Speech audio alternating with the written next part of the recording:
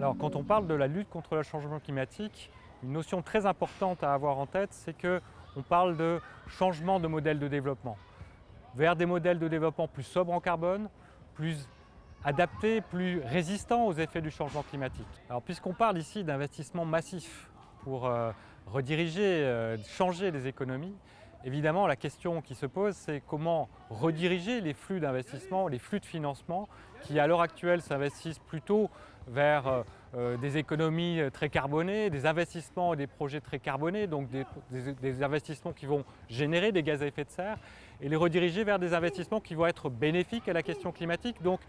réduire les gaz à effet de serre, éviter les émissions et être évidemment plus résistant aux effets du changement climatique. Alors pour rediriger l'ensemble de ces investissements, il faut évidemment des signaux financiers, des signaux réglementaires, des signaux bancaires qui permettent à tous ces investisseurs d'aller vers le plus vert plutôt que de continuer à financer les anciennes économies. Ce qui est important aussi, c'est que la finance publique, la finance nationale, la finance internationale puisse jouer un rôle exemplaire, un rôle pour lancer, diriger, donner ces signaux positifs vis-à-vis de la finance privée, permettre d'avoir cet effet d'entraînement, cet effet de levier sur la finance privée, la rediriger. Cette finance publique, c'est avant tout les banques de développement nationales dans les pays comme le Brésil, la Chine, le Burkina Faso, mais c'est aussi des banques internationales, les traditionnelles banques mondiales, agences françaises de développement. Et on doit tous jouer ici un rôle important, exemplaire, à la fois pour faire plus et pour faire mieux. Mieux, c'est évidemment être plus vert, avoir des stratégies d'investissement plus vertes, et plus, c'est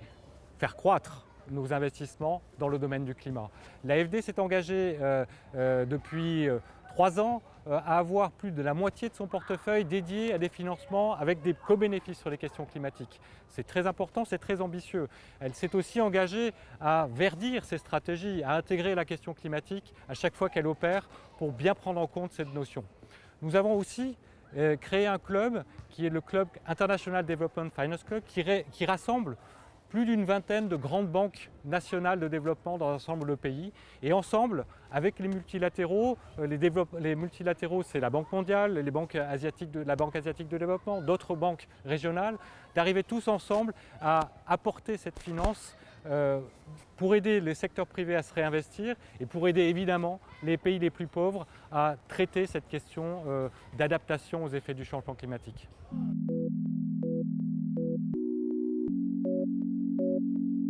Alors, ce qui va changer, c'est d'abord d'obtenir cet accord international, cet accord mondial qui va permettre de donner des signaux très importants, politiques, des signaux économiques pour permettre la redirection de ces investissements et de ces flux. Et puis ce qui a déjà changé, c'est que la communauté internationale a apporté de la ressource, de l'argent supplémentaire, au travers notamment de la création du Fonds vert qui a été doté cette année de 10 milliards de dollars pour ses premières 4 années d'investissement et qui va permettre avec cet argent d'aider l'ensemble de ces financeurs, notamment les financeurs publics mais aussi les financeurs privés, à apporter ces innovations, cet effet catalytique et d'entraînement pour permettre de financer ces investissements verts, d'aider les pays à mettre en place ces politiques publiques qui sont compliquées, qui doivent faire l'objet d'un consensus économique, social, environnemental avec leur population. Et puis c'est d'aider à quelque part amener l'ensemble des financements institutionnels à être plus verts et à se rediriger vers des investissements bénéfiques à la question climatique.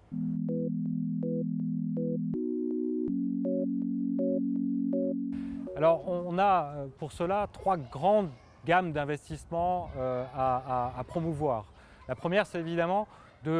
d'accompagner les pays dans ces changements de politique publique, de permettre qu'ils investissent dans de nouveaux mix énergétiques avec plus d'énergie renouvelable, de permettre d'investir dans plus d'efficacité énergétique, moins de consommation énergétique. C'est aussi d'investir dans les villes sur une meilleure capacité de transport avec plus de transport collectif. C'est aussi des questions liées à notre comportement, à nos consommations énergétiques et à nos consommations d'un certain nombre de produits. Et puis la question du changement climatique, c'est aussi une question de valorisation d'un certain nombre d'écosystèmes qui apportent des services climatiques à l'ensemble de la planète. C'est la forêt, ce sont les sols, et à travers des sols, l'agriculture, qui séquestrent des gaz à effet de serre et qui doivent être valoriser, protéger, préserver, et là aussi cela demande beaucoup d'investissement. Et enfin, il s'agira évidemment d'investir dans l'adaptation aux effets du changement climatique, des effets du changement climatique qui vont d'abord toucher les pays en développement et les pays les plus pauvres. Il faudra les accompagner, les aider à créer des infrastructures plus résistantes, une agriculture plus durable, à investir dans la préservation des ressources en eau et puis aider leurs populations qui vont subir des effets du changement climatique de plein fouet.